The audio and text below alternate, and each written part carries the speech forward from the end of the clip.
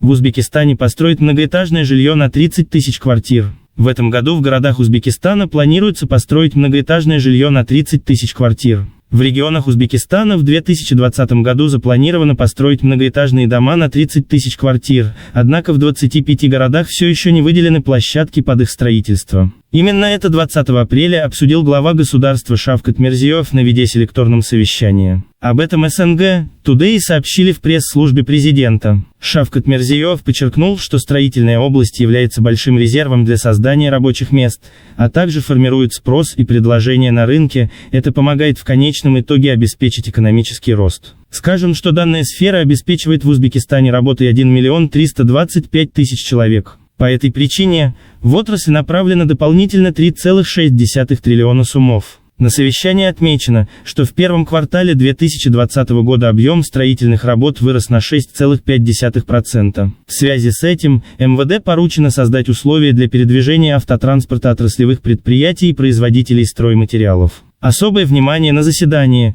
уделено тому, что в нынешнем году в городах Узбекистана планируется построить многоэтажное жилье на 30 тысяч квартир, однако замедлено рассмотрение заявлений на получение ипотеки. Шавкат Мирзиёев заявил, что необходимо устранить эти недостатки по запланированному строительству, то есть выделить земли под возведение многоквартирного жилья в районах с высокой потребностью населения в жилье. Ввиду этого, с Газфонда предоставит частным подрядным организациям частичную компенсацию расходов по процентам кредитов и поручительство в размере до 50% от суммы кредита. Под председательством главы государства отмечена необходимость продлить ипотеку, выдаваемой по новому порядку, с 15 до 20 лет, и повысить верхнюю границу суммы ипотеки на основе рыночных требований.